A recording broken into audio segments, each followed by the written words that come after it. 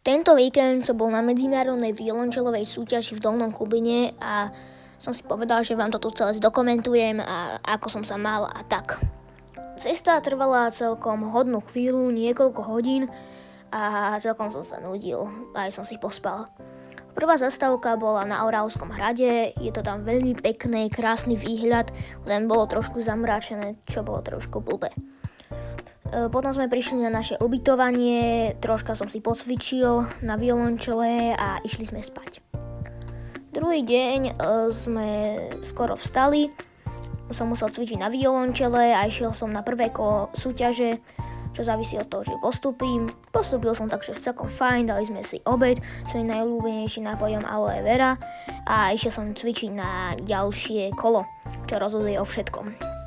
Takže tu hrám, celkom sa mi to podarilo, takže je fajné a tu už jem pizzu, celkom fajná večera a tu čakáme na výsledky, celkom sa to pretiahlo, takže no blbé, tu vidíte oficiálny plagát tej súťaže a tu už som ja s diplomom, 3. miesto, takže celkom fajná medzinárodnú súťaž a tu už ideme spať. Ráno sme si dali super raňajky a išli sme domov.